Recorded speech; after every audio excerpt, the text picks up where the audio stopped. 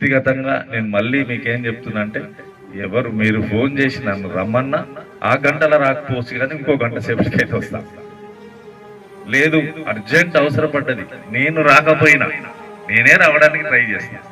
కానీ municipal office నుంచి మనిషి అయితే అడ్మిషన్ అంటే నాకు ఈ సర్పంచ్గిరి చేసినప్పుడు నా దగ్గర ఒక దాదాపు ఈ ఊర్లో 20 ఏళ్ళ అబ్బాయి నుంచి 80 ఏళ్ళ ముసలామె వరకు నా దగ్గర ఫోన్ ఉంటాయి. సరే ఈ మధ్యన 10 ఏళ్ళ నుంచి మనం పదవిలు లేదు కనుక కొంత తగ్గింది, కానీ ఎవరికైనా మాట్లాడే స్వేచ్ఛ ఉంటుంది. ఏమి భుజాలు ఎగిరేసేటోళ్ళం కాదు, అహంభావం అస్సలు ఉండదు. విన్నారా? అందరం కలిసిమెలిసి ఉంటారు. ఎవరి దగ్గర ఏముంటే ఏమి, మనతో మంచిగా మాట్లాడేది ఇంపార్టెంట్ కదా. అట్లాంటి భేషజాలు ఏం లేవు.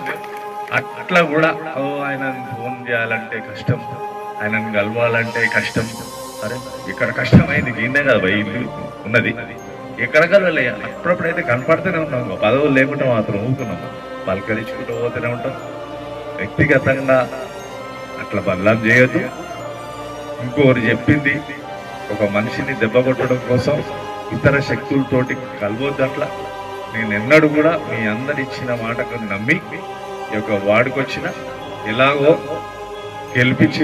గెలిపించిన వెంటనే నేను చైర్మన్ అవుతా అన్న, మొత్తానికి చైర్పర్సన్ కూర్చున్నా.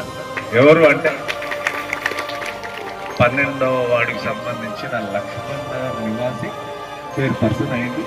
మీరందరూ నాకు మద్దతు తెలిపి ఈ 5 ఏళ్ళు కూడా నన్ను నడిపించాలని చెప్పేసి మీ యొక్క సమస్యల్ని పూర్తిగా మాయిగా భావించి మిమ్మల్ని ఖచ్చితంగా ఎలాంటి బాధ కాకుండా ఊర్లో ఉన్నటువంటి సమస్యలన్నిటిపైన కూడా మనం ఒక్కొక్కటిగా చేసుకుంటూ ముందుకెళ్దామని చెప్పేసి మీ అందరికీ విజ్ఞప్తి చేస్తూ